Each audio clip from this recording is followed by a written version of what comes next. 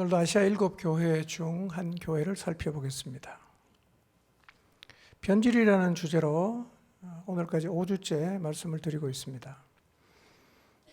이렇게 변질이라는 주제의 말씀을 계속 드리는 이유는 변질은 언제나 우리에게서 일어날 수 있기 때문입니다. 내 신앙은 변질하지 않았을까요?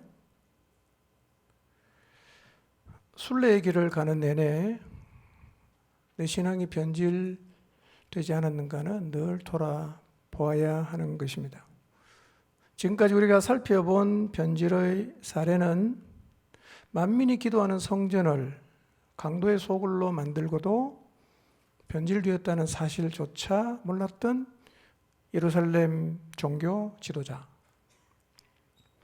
주님이 토하여 버리겠다고 하셨지만 자신들은 부유해서 우리는 하나도 부족한 게 없다 라고 했던 라오디게아 교회. 살아있는 교회라는 대단한 자부심을 가지고 있었지만 주님은 죽었다고 말씀하신 사대 교회. 칭찬받을 모습이 많았지만 처음 사랑을 잃어버려 촛대를 옮기겠다는 경고를 받은 에베소 교회를 살펴보았습니다. 요한계시록 2장과 3장에 나오는 7교회 중 오늘 5번째 교회를 살피고 있는데요. 소아시아 7교회를 향한 이 말씀은 당시 소아시아 교회만을 위한 말씀이 아니라 모든 시대, 모든 교회가 들어야 할 말씀입니다. 아시아에 보내진 7교회에 보내진 편지를 각 교회가 자기들 편지만 읽은 게 아니라 모두 돌려가면서 보았다는 것이 신학자들의 지배적인 견해입니다. 편지가 7교회의 각기 다른 상황을 다루고 있지만 말미는 항상 이렇게 끝이 나요. 귀 있는 자는 성령이 교회들에게 하시는 말씀을 들을지어다. 이런 후렴구가 계속 반복되는 것은 7교회의 문제가 사실은 모든 교회에서 일어날 수 있는 문제임을 보여주는 것입니다. 또 요한계시록에서 7은 완전수를 의미하기 때문에 이 편지는 당시에 있는 7교회뿐만 아니라 모든 시대의 교회에게 주시는 하나님의 말씀입니다. 그러므로 7교회에 보낸 이 말씀은 오늘 우리 교회를 향해서 하시는 말씀으로 들어야 합니다. 오늘은 또 다른 형태로 변질된 두아디라 교회를 살펴보겠습니다. 설교 제목 읽어볼까요? 시작.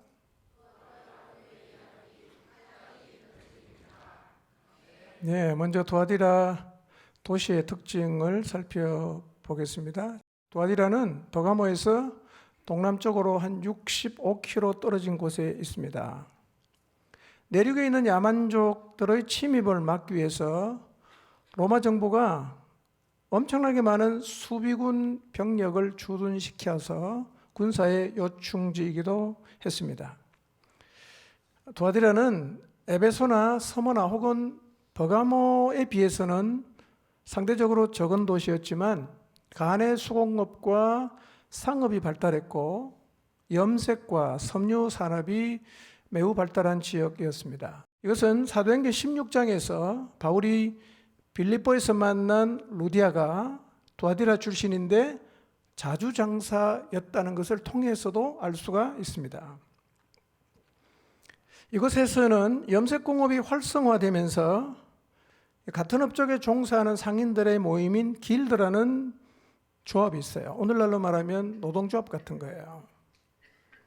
그런데 여기에 소속이 안 되면 그 도시에서 장사를 할 수가 없어요. 생계 유지가 어려워졌어요.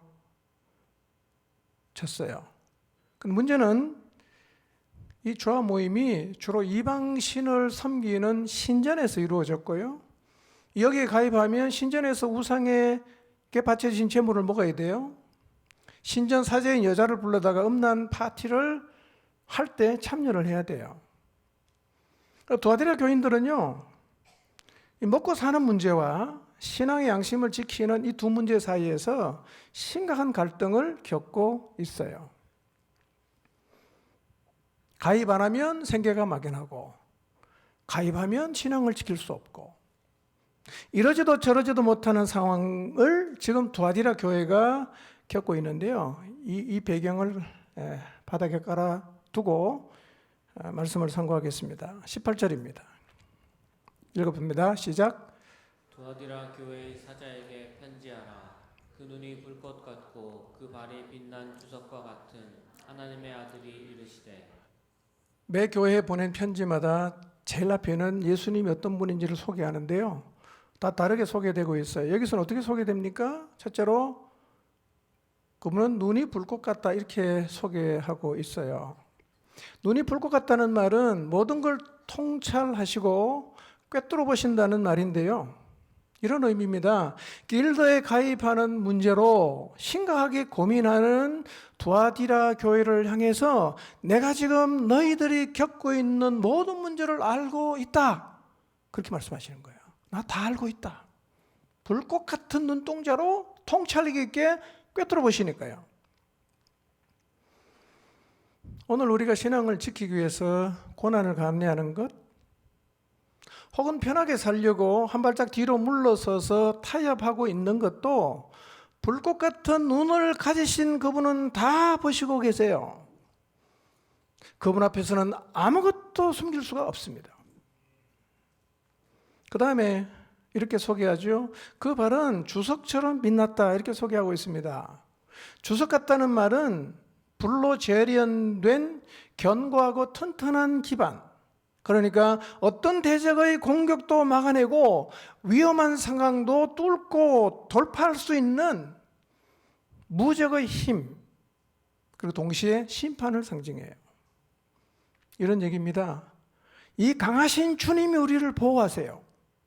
동시에 이 강하신 주님은 타협하고 변질되게 살아가는 자를 심판하신다는 거예요. 보호하시고 심판하세요. 세 번째 이렇게 나타났죠.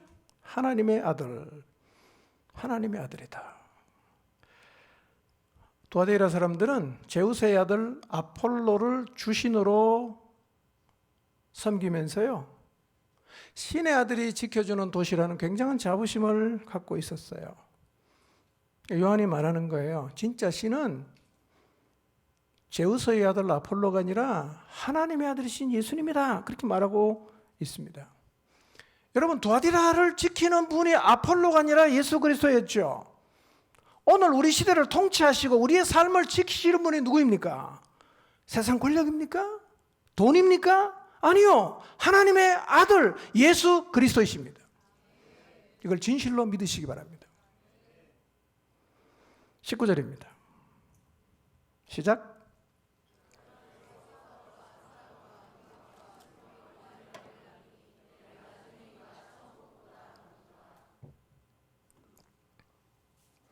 자, 두아디라 교회를 향해서도요, 하나님 칭찬을 먼저 하세요. 그 다음에 회개할 것을 짚어주시는데요, 칭찬은 한 절이고 회개의 촉구는 5절입니다. 자, 그런데 두아디라 교회는 어려운 환경에서도 주님께 칭찬을 많이 받았어요. 몇 개 받은 것 같아요? 한번 세어보세요. 몇 가지를 칭찬하셨어요? 몇 가지입니까? 잘 세어보세요. 시간 없어 빨리 세세요. 5가지입니까? 예, 5개로도 보고 4개로도 봐요. 왜 그렇게 보느냐면, 내 사업이라고 했을 때 이 사업이 헬라말로 에르가인데요, 이거는 뒤에 나오는 4가지를 총칭해서 사업이라 이렇게 보는 견해가 있어요. 그러니까 뒤에 나오는 4가지를 총괄하는 지시어로 봐요. 그러면 주님이 두아디라 교회를 칭찬하신 게 몇 가지가 됩니까? 4가지예요. 사업을 칭찬했는데 구체적으로 4가지야. 첫째 뭐죠? 사랑을 칭찬했어요. 에베소 교회는 달랐던 게 뭐냐면, 이 두아디라 교회는 서로를 깊이 사랑하고 하나님을 향한 사랑이 뜨거웠던 교회였어요. 여러분, 하나님을 향한 사랑이 지금 뜨겁습니까? 두 번째로 뭐였죠? 믿음이었어요. 삶으로 드러나는 믿음의 행위가 많은 교회였어요. 세 번째로 뭐였죠? 섬김이 있었다. 이 말은 사랑이 관념적으로만 이야기된 게 아니라 실제로 연약한 자들을 돌보고 구제하고 섬기는 일이 많았다는 거예요. 네 번째는 뭐죠? 인내. 믿음을 지키기 위해서 감당해야 하는 핍박을 이 교회는 잘 견뎌냈는데 생각해 보면 네 가지가 다 대단한 거예요. 한 가지만 있어도 보통 교회가 아니야. 네 가지나 있었어요. 그러니까 이 두아디라 교회도 에베소 교회 못지않게 장점이 칭찬받은 게 많은 교회였어요. 그런데 두아디라 교회를 향한 더 대단한 칭찬이 있어요. 본문을 다시 띄워주실래요? 내 나중 행위가 처음 것보다 많다. 이거 보통 칭찬이 아니죠? 두아디라 교인들은 믿음이 점점 좋아지고 있었어요. 그들 믿음이 계속 성장합니다. 과거의 믿음보다 오늘의 믿음이 훨씬 더 훌륭하고 성숙했어요. 이건요, 처음에는 뜨겁다가 나중에 식어버린 이 에베소 교회와는 많이 대조가 돼요. 진짜 훌륭한 교회죠. 여러분, 오늘 우리는 어떨지 한번 생각해 봅시다.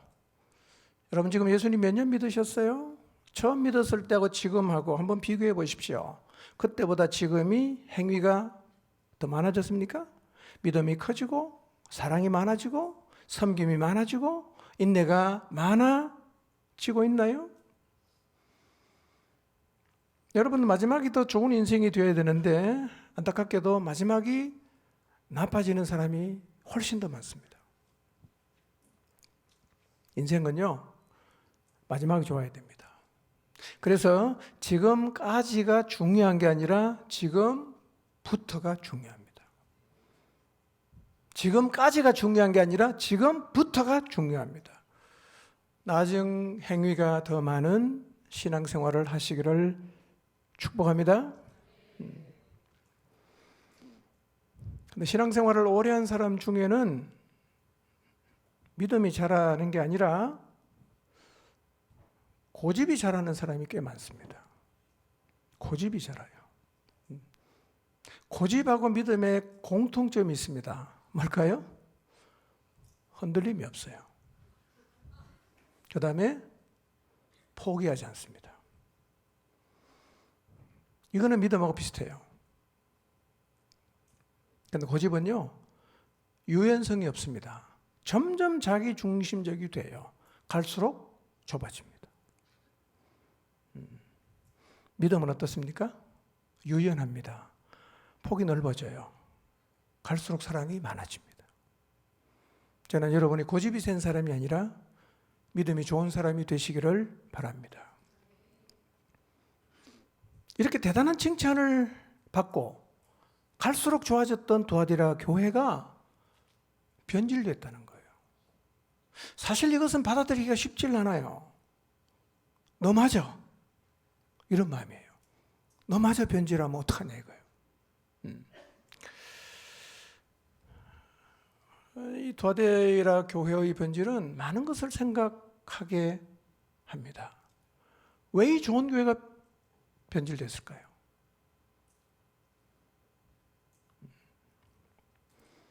사단은요, 지금도 교회를 변질시키는데 혈안이 되어 설치고 다녀요. 어떻게 하든지 간에 변질시키려고 합니다. 사단이 어디를 공격할까요? 약한 부분을 공격합니다. 틈만 보이면 약한 부분을 치고 들어와서 어떻게 하든지 간에 넘어뜨리려고 하죠. 여러분, 사람은요, 아무리 완벽해 보여도 약점이 있어요. 아무리 강한 사람도 약점이 있어요. 사단은 그리로 치고 들어옵니다. 그리고 두아디라 교회는 그 약한 부분을 막지를 못했어요. 결국은 많은 장점을 갖고 있지만 변질되고 말았어요. 그러므로 우리 늘 깨어 있어야 됩니다. 늘 조심해야 합니다.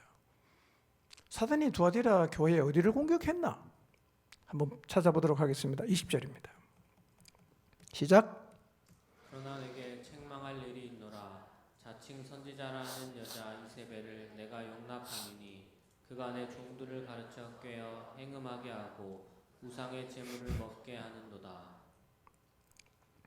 자, 두아디라 교회 문제가 뭐죠? 20절을 보십시오. 뭐가 문제입니까? 이 교회 문제? 뭐죠? 그렇죠? 네, 이세벨을 용납한 거예요. 이게 두아디라 교회의 문제였어요. 주님이 두아디라 교회를 보면서 뭘 책망하느냐면 이세벨을 용납했다. 이세벨의 가르침을 받아들였다는 것을 지금 책망하시는 거예요. 앞에서 말씀드렸어요. 지금 두아디라 교회는 심각한 문제 앞에 서 있어요. 먹고 사는 문제를 해결하기 위해서 조합에 가입해야 되냐? 아니면 신앙을 지키기 위해서 고난을 감내하고 끝까지 길드에 가입하지 않아야 하느냐라는 문제로 고민을 하고 있는 상황인데요. 이때 혜성같이 한 여인이 탁 등장을 합니다. 그리고 두아디라 교인들이 갖고 있는 답이 없어 보이는 고민을 해결할 수 있는 정말 신의 한 수와 같은 놀라운 것을 가르쳤어요. 그리고 두아디라 교회는 이 여자 이세벨을 용납하고 그 가르침을 받아들였어요. 이렇게 훌륭한 교회가 이세벨의 교훈을 받아들였다는 게 사실은 이해가 안 되는 부분이 있어요. 그러나 두아디라 교회는 이세벨의 교훈을 받아들였어요. 재밌는 거는요, 두아디라 교회는 사랑이 많아서 이세벨을 용납했어. 그래서 무너졌어요. 에베소 교회는요, 자칭 사도라는 자를 드러내고 니골라당을 다 색출해서 미워했습니다. 그런데 사랑이 없어서 무너졌어요. 무슨 얘기일까요? 강점이 약점이 될 수 있어요. 그리고 용납하는 것하고 끊어야 되는 것의 경계를 잘 정하는 것도 중요합니다.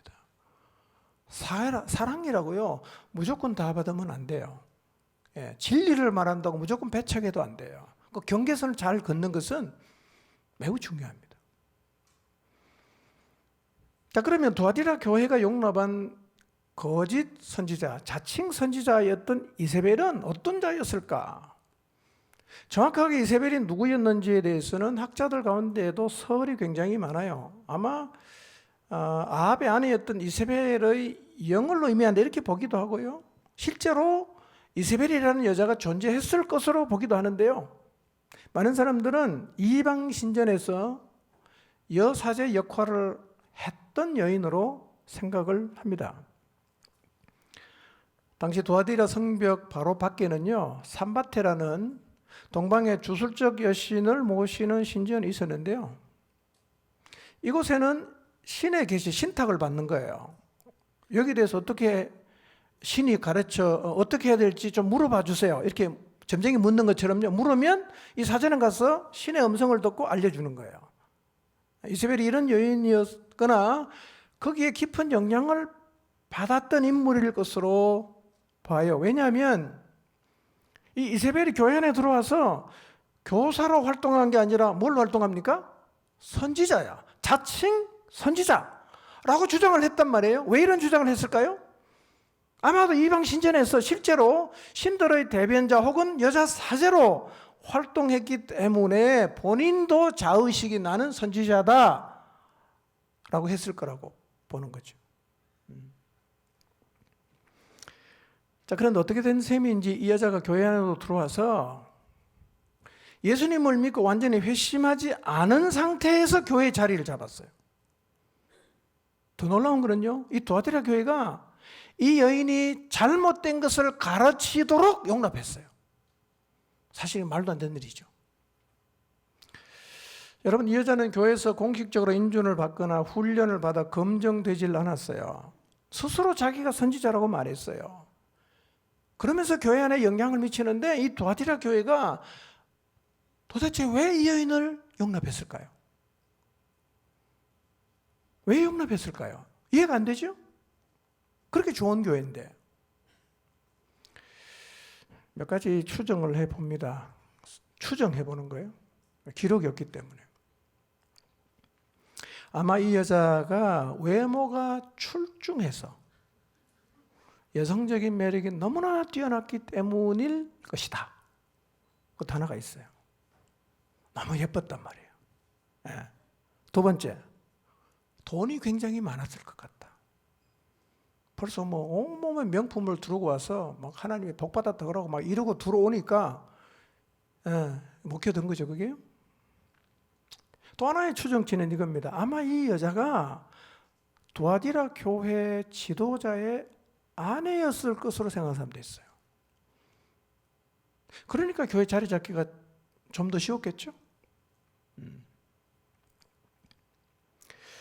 여러분, 세상적으로 아무리 화려하고 명품을 두르고 좋은 학벌을 갖고 은사가 많아도 잘못된 것을 가르칠 수 있기 때문에 교회는요, 사회적으로 유명하거나 특출나다고 해서 쉽게 가르치는 자리를 내주면 안 됩니다.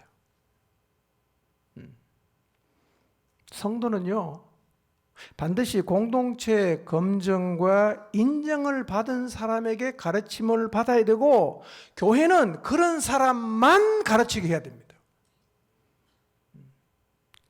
여러분, 다른 데 가서 공부하지 말라는 말이 속 좁다고 생각하지 마십시오. 위험하단 말이에요. 잘못된 거 들으면요, 그게 처음 딱 자리를 잡으면요, 굉장히 힘들어집니다. 속 좁아서 못 배우게 하는 게 아니라 여러분이 잘못된 가르침에 미혹될까봐 못 가르치게 하는 거예요. 여러분, 신천지도라서 여러분 가르치는데 그냥 다 배우라고 이렇게 말하면 됩니까? 그 믿음이 좋은 거고 사랑이 많은 겁니까? 아니라는 거예요. 여러분 자녀가 이상한 애 만나면 가만 내버려 둡니까? 못 만나게 하잖아요. 똑같은 거예요.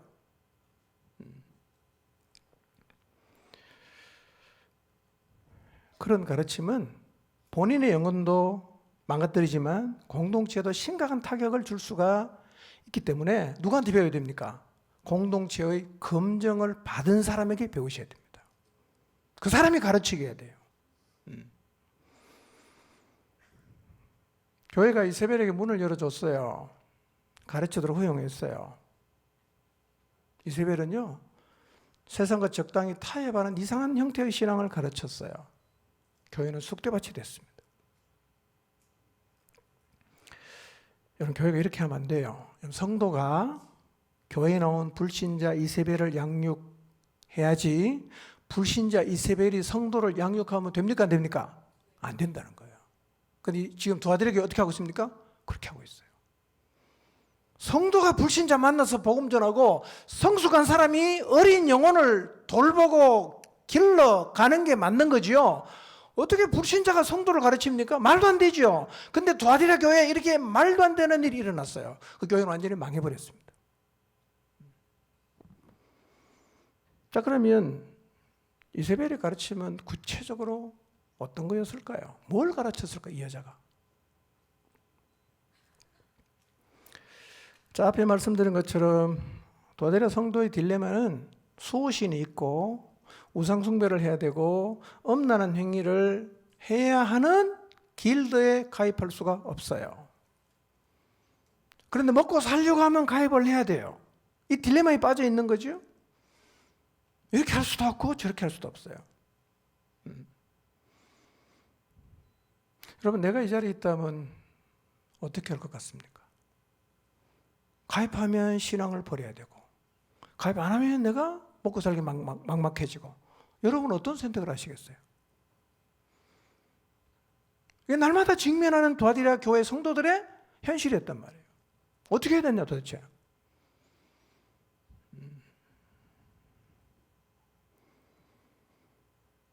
이렇게 딜레마에 빠진 두아디라 성도들에게 이세벨이요, 새로운 길을 제시를 해요. 근데 이 길은 두아디라 성도들이 한 번도 생각해 본 적이 없는 새 길이었어요. 이세벨이 가르친 새 길이 뭐냐? 이거예요. 길드에 가입해도 신앙에는 문제가 안 된다. 이거였어요. 길드에 가입해도 신앙에는 문제가 안 된다. 쉽게 갈 수 있는 길이 있다. 그렇게 가르쳤어요. 그래서 이세벨은요, 이렇게 말해요. 길드에 가입하세요. 신전 행사에 참여하세요. 그리고도 신앙생활에 아무런 문제가 없습니다. 우상한테 한번 절한다고 하나님을 믿지 않는 것이 아니고, 우상에 가끔 조합 모임에 가서 절을 한번 하는 건 겉으로 보이는 형식일 뿐 속으로만 하나님을 믿으면 됩니다. 이렇게 말을 했다는 거예요. 상황을 하나님이 다 아시는 분이시니까 용서하실 거야. 요즘 다 그렇게 살아. 굳이 너무 별나게 살지 마. 조합에 가입해서 우상에게는 몸으로만 절해라. 대신 사업 잘해서 돈 많이 벌어갖고 하나님 앞에 헌금을 많이 하면 그게 좋은 게 아니냐. 이런 논리로 가르쳤단 말이에요.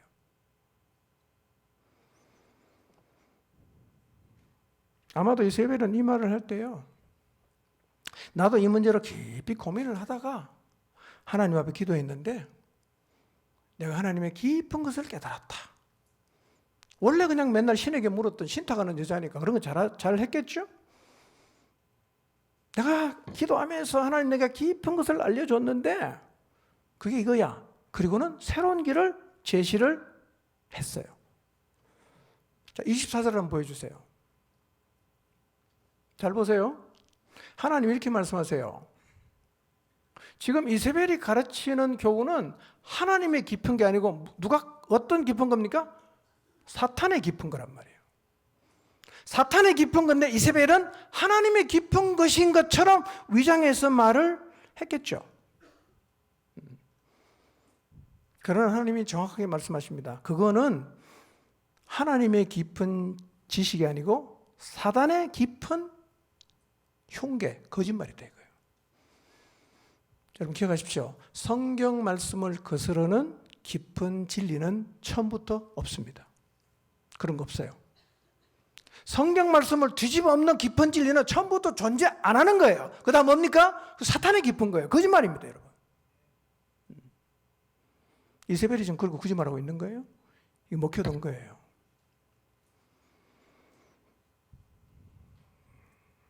이세벨은 자신이 하나님의 계시를 받았다고 주장하면서 도아디라 성도들의 죄책감을 덜어주는 방식으로 길드에 참여하는 것은 사회생활의 일부이지 신앙과는 무관하다 이렇게 가르쳤어요. 당시에 유행했던 이단이 영주주의거든요. 육체는 악하다. 구원은 영적인 거다. 그런 약한 육체는 우상 숭배를 하는 음행에 빠져도 영혼에는 아무런 영향을 미치지 않는다는 이 영지주의의 거짓된 교리로 설득도 했을 거예요. 이 이세벨의 가르침이 어떤 결과를 가져왔냐? 여러분, 이 이세벨의 가르침을 받은 성도들이요, 당장 교회를 떠나질 않았어요. 하나님도 떠나지 않았어요. 교회 안에 머물러 있었어요. 교회 안에서 타락의 길을 걸었어요. 그러니까 교회 안에 가만 내버려 두고 죽이는 거예요. 이게 이세벨의 교훈입니다. 사단은 지금도 그런 방법을 쓰겠죠. 교회 안에 출석하게 만들고 죽이는 거예요. 뭐예요? 타협입니다. 하나님 부정하지 않아요. 예수님 부정하지 않습니다. 교회 나옵니다. 그런데 다 죽었어요.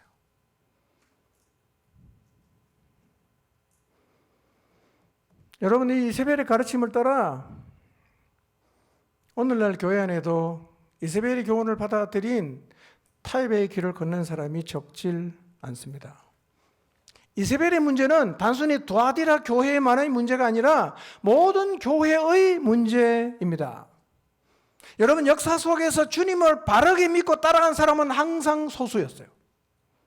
대다수는 세상과 타협해서 이세벨의 교훈을 따라 살아갔습니다. 이세벨은요, 진리와 비진리를 교묘하게 혼합했어요. 여러분, 구약시대 이스라엘 백성을 보십시오. 그들은 바알도 섬겼지만 하나님도 섬겼어요. 바알만 섬기질 않았습니다. 바알도 섬기고 하나님도 섬겼어요. 그들은 하나님을 믿었지만 가나안에 와서 농사를 짓다 보니까 비가 오는 게 중요해요. 비를 내리는 가나안 사람이 섬기는 바알 신을 필요로 했어요. 그래서 하나님도 섬겨야 되지만 이 땅에 살려고 하면 비를 내리는 바알 신도 섬겨야 된다. 두 개를 다 섬겼다는 거예요. 여러분, 오늘 교회 안에서 섬기는 신과 교회 밖에 나가서 섬기는 신이 다른 경우가 적질 않습니다. 교회 안에 오면 믿는 사람 같아. 밖에 가면 세상 사람이야. 두 신을 다 섬기는 거예요. 이게 이세벨의 교훈입니다. 적습니까? 나는 안 그럴까요? 세상은요, 우리가 직장 생활과 사업을 하나님 말씀대로 하려고 하면 이렇게 말해요. 저 사람은 근본주의자야. 저 사람은 광신도야. 저 사람은 현실과 신앙을 구별을 못하는 자야. 라고 손가락질을 합니다. 자, 그러면 신앙과 직장 생활을 완전히 구분해서 교회 오면 신자고 밖에 가면 불신자처럼 살아가면 어떻게 말합니까? 저 사람은 이중적인 삶을 사네? 위선자구나. 조롱을 하는 거예요. 하나님을 떠난 세상은 하나님 말씀대로 살려는 사람을 좋아하지 않지만 말씀대로 안 사는 사람도 좋아하질 않아요. 우리가 하나님 말씀대로 산다고 세상이 우리를 칭찬하질 않아요. 그러므로 우리가 세상의 빛과 소금의 역할을 잘하면 모든 문제가 해결될 거라는 그런 초보적 생각을 할 필요가 없어요. 그렇게 생각하면 안 됩니다. 어차피 그리스도인으로 살아가면 비난과 핍박은 받게 되어 있어요. 왜냐하면 가는 방향이 완전히 반대이기 때문에. 우리는 쉬운 길이 아니라 진리의 길을 가야 됩니다. 아멘입니까? 쉬운 길이 아니라 진리의 길을 가야 됩니다. 뭐가 변질이냐? 타협이 변질이에요. 하나님 말씀을 뒤집는 자칭 선지자 이세벨의 가르침을 용납하는 것이 변질이에요. 교회는 거짓된 것을 가르치는 이세벨을 용납하지 않아야 하고 쉽고 편한 길을 거부해야 하고 오직 진리의 말씀만 따라서 가야 합니다. 그게 교회입니다. 왜 이렇게 되는지는 뒤에 가서 말씀드릴게요. 주님은 이세벨을 용납한 두아디라 교회를 향해서 회개를 촉구하십니다. 21절입니다. 읽어봅니다. 시작. 또 내가 그에게 회개할 기회를 주었을 때 자기의 음행을 회개하고자 하지 아니하는도다. 놀라운 말씀인데요. 하나님은 이세벨에게도 회개할 기회를 줬어요. 회개하고자 하지 아니하는도다라는 말이 헬라 원문을 보면 현재 진행형 동사입니다. 이 말은 회개의 기회를 한 번만 줬다는 게 아니라 두 번, 세 번, 네 번 거듭해서 이세벨에게 회개할 기회를 줬다는 말이에요. 어떻게 줬을까요? 회개할 기회를 줬다는 말은 하나님이 나타나서 꿈에서 막 회개해 이렇게 말한 게 아니고요. 진리의 복음을 계속 듣게 했다는 거예요. 어둠을 비추는 빛이 되는 진리의 말씀을 듣는 게요. 회개의 부름이에요. 회개의 촉구입니다. 여러분 우리가 계속 교회 나와서 설교를 듣잖아요. 집에서 말씀을 읽잖아요. 그게 뭐 하는 거예요? 회개할 기회를 주시는 거예요. 말씀을 읽어보니까 설교를 들어보니까 내가 잘못 가고 있네? 돌아서야지. 그 말씀을 듣는 자체가 어떤 기회입니까? 돌이키고 회개할 기회라는 거예요. 근데 회개를 안 했어요.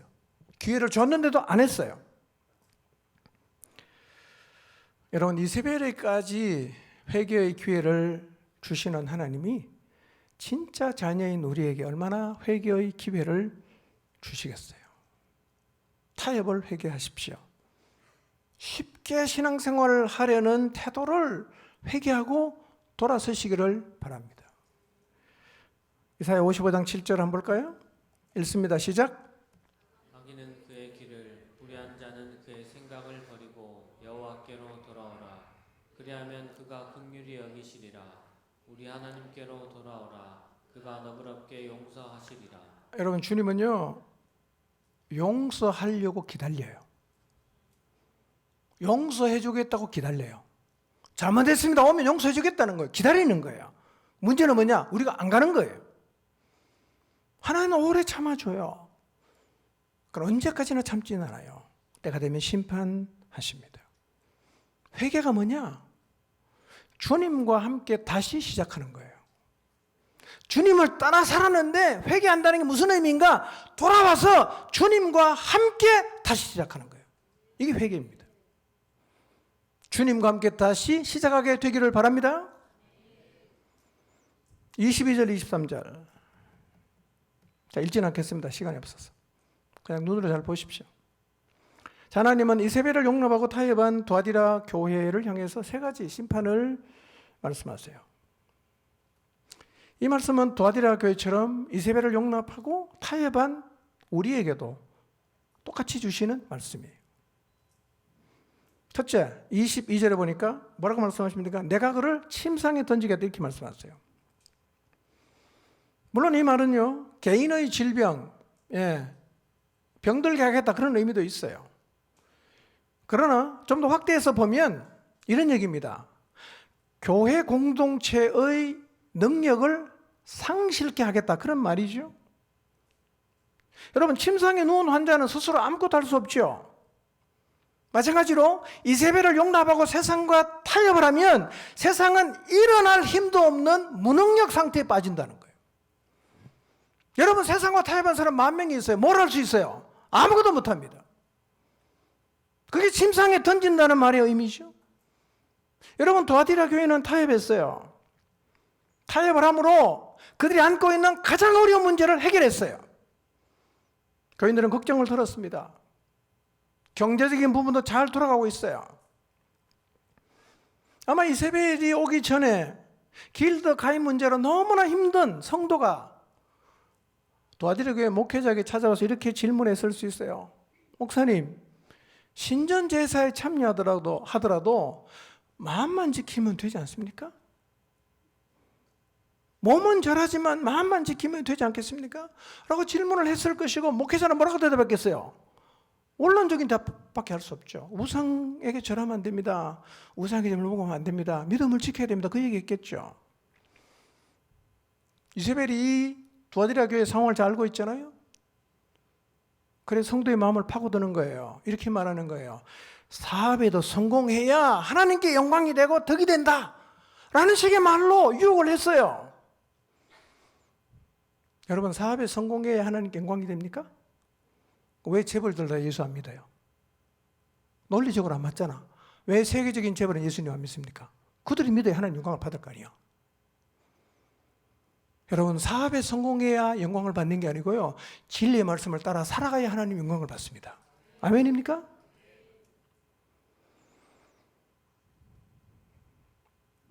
그러나 두아디라 교회는 이 말을 받아들였어요. 교회 어려움이 해결됐어요. 그런데 교회는 무력한 상태에 빠지고 말았습니다. 교회가 거룩을 상실하고 세상과 타협하면 성령의 능력을 상실합니다. 그래서 외형은 살아있는데 완전히 죽어버린 식물 인간처럼 된다는 거예요. 침상에 던진다 이 말은요, 교회가 완전히 영적 침체에 빠져서 생명력을 잃어버리고 세상에 아무런 영향을 끼치지 못하는 무능한 공동체로 전락한다는 강력한 경고입니다. 여러분 생각해 보세요. 타협한 사람이 다 모여 있으면 뭘 할 수 있어요? 식물 인간이죠. 아무것도 못합니다. 이 약한 세상은 누가 전도하고 영혼을 구원하고 진리를 선포할 수 있어요? 할 수 없어요. 두 번째, 큰 환난 가운데 던진다. 여러분, 죄로 인한 환난은 피하는 게 아니에요. 죄로 인한 환난을 해결하는 유일한 방법은 회개하는 겁니다. 여러분, 모든 환난이 다 죄 때문에 오는 건 아닙니다. 그러니까 누가 아프면 무슨 죄졌나 이렇게 추론하지는 마시기 바랍니다. 유대인들도 그런 생각을 많이 했는데요. 그렇지만 죄가 있으면 환난이 따라오는 것도 사실이에요. 여러분, 죄 때문에 환난이 오면요, 피하려고 해도 안 되고 다른 길을 찾으려고 해도 안 돼요. 비를 내리는 신을 섬겼던 아합 때 하늘이 3년 6개월 동안 문을 닫았어요. 비가 안 내려와. 그 시사한 말 하는 바가 많지 않습니까?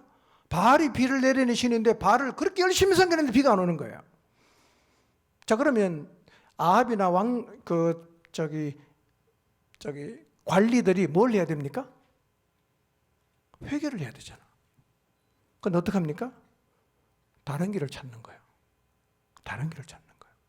여러분, 이세벨의 영은요, 회개할 시간에 지혜를 찾아요.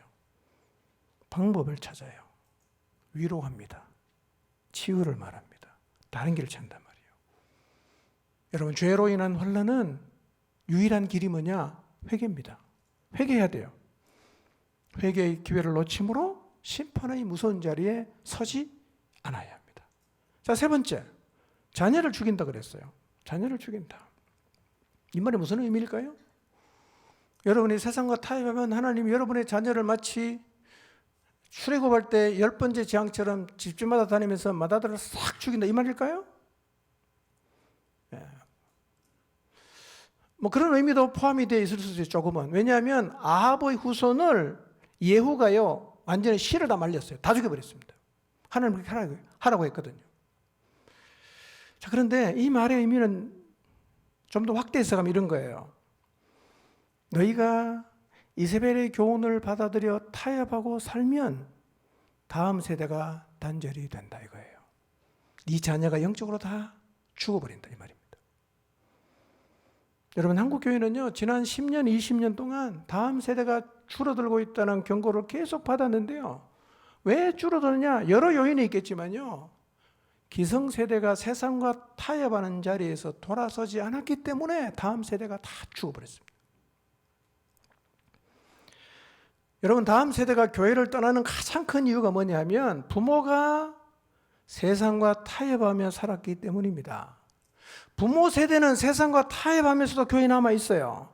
그러나 자녀들은요, 부모가 말로는 하나님을 최고라고 하는데 실제 사는 걸 보니까 세상과 타협해서 성공이 제일 중요하고 학벌이 제일 중요하고 돈만 추구하는 모습을 보면서 역겨움을 느끼는 거예요. 그리고 교회를 떠나는 거예요. 이게 타협의 자리에서 돌아서지 않을 때 우리가 받게 되는 심판이란 말이에요.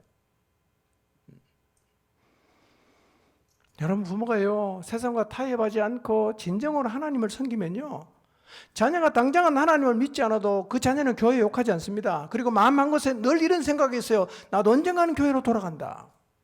그러나 부모가 세상과 타협하고 거룩함을 잃어버리고 주일날 믿는 신과 주중에 믿는 신이 다르면요 영적인 대가 끊어집니다.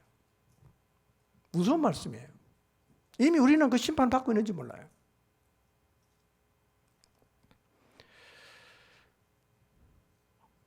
결론입니다. 어떻게 두아디라 같이 깨어있는 교회가 이세벨의 가르침을 용납했을까요? 제가 생각해봐도 이해가 잘 안 돼요. 어떻게 이 교회가 어디서 휙 날라온 한 여자의 가르침을 받고 이렇게 교회가 초토화됐냐 이거예요. 오늘날도 이런 측면에서 보면 우리가 이해 안 되는 일들을 많이 보게 되는데요. 왜 이런 일이 일어났을까? 제가 생각을 많이 해봤어요. 왜 이런 일이 일어났을까? 왜 두아디라 교회에 이런 일이 일어났을까?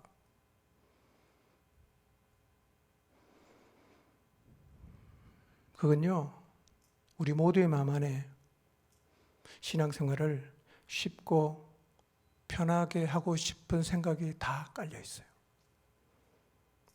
기회만 되면 그렇게 살고 싶은 거예요. 좀 편하게, 좀 쉽게.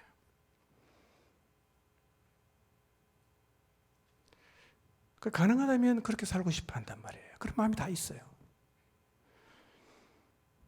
여러분, 두아디라 교회는 생계와 연관이 있는 길드에 가입하는 문제 앞에서 고민을 했어요. 답을 알아요. 힘겹게 가고 있어요. 근데 이세벨이 나타났어요. 그거는 사회생활이야. 마음으로 하면 절을 안 하면 돼. 라고 뭘 했냐? 새로운 길을 열어줬어요. 이전에는 두아디라 교회는 순종, 불순종 요거밖에 없었거든요. 이세벨이 와서 길을 하나 더 만들어준 거예요. 처음에는 꺼림직했어요.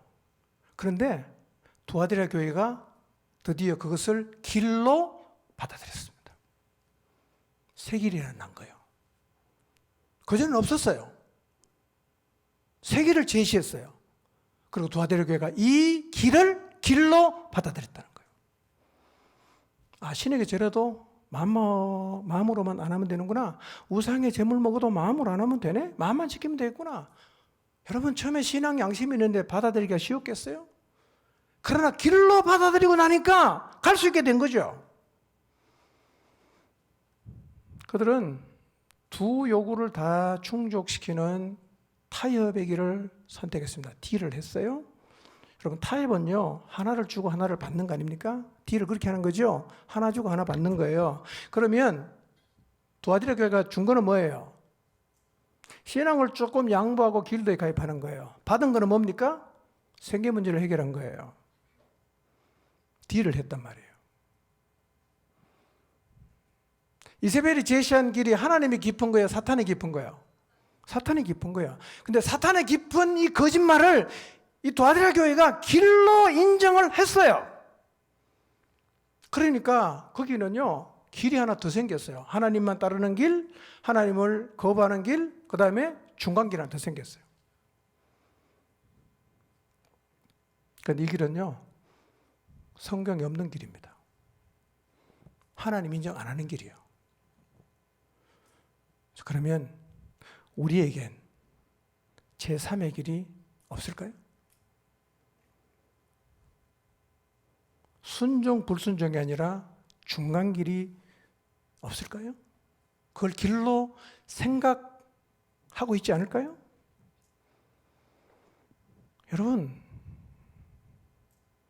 신앙의 길은요, 그냥 말씀을 따르는 길만 있지 쉬운 길, 편한 길, 어려운 길 그런 게 없어요. 길 한 개밖에 없어요. 그냥 주님을 따르는 거예요. 하나님 말씀이 전부예요. 그 길을 가다가 어떤 일을 겪어도 그냥 가는 거예요. 그것만 길입니다. 아멘입니까? 여러분 우리가 신앙의 길을 따로 만들 수 있나요? 이세벨처럼 제3의 길을 만들면 하나님 심판합니다. 하나님 말씀 외에 하나님이 깊은 것은 없습니다. 없어요.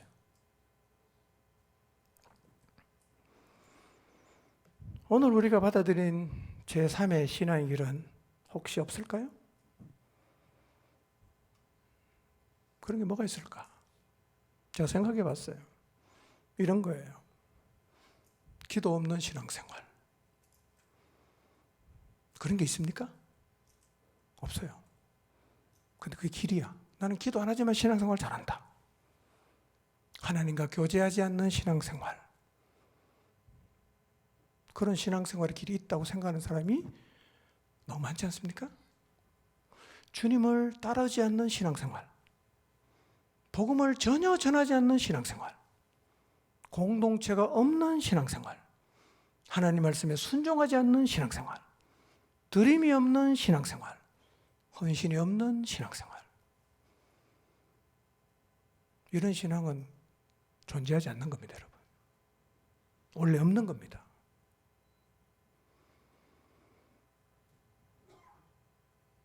우리가 쉽고 부담 없이 신앙생활을 하려고 이것을 받아들였다면 그게 이세벨의 교훈을 받아들인 거예요. 그게 변질이에요.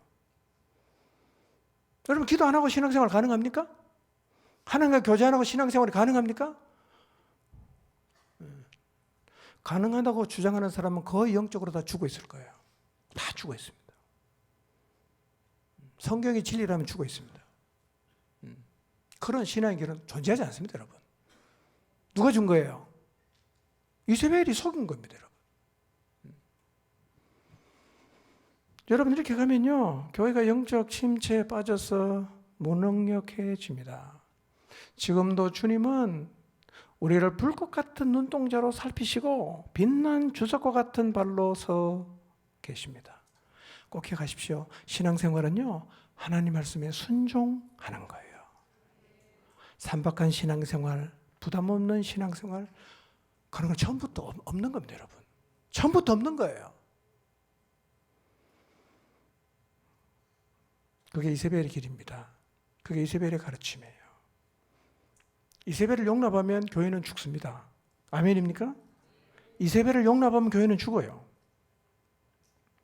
타협의 자리에 서면 교회는 반드시 무력해집니다. 큰 환난을 겪게 됩니다. 그리고 다음 세대가 다 사라지게 돼 있어요. 타협이 얼마나 무서운 결과를 가져오는가를 잊지 말아야 합니다. 이 무서운 경고를 오늘 이 아침에 다시 한번 우리 모두의 마음에 새기고 타협한 자리에서 다시 회개함으로 돌이키게 되기를 바랍니다. 말씀만이 참 길이에요. 교회의 위기는 살고 싶어서 타협할 때 찾아오는 거예요. 이세벨을 용납하고 이세벨의 교훈을 받아들여 세상과 타협하고 쉬운 길을 찾고 있지 않은지를 돌아보고 다시 회개하고 돌이켜서 오직 하나님 말씀만을 붙잡고 믿음으로 살아가시기를 주님 이름으로 축원합니다.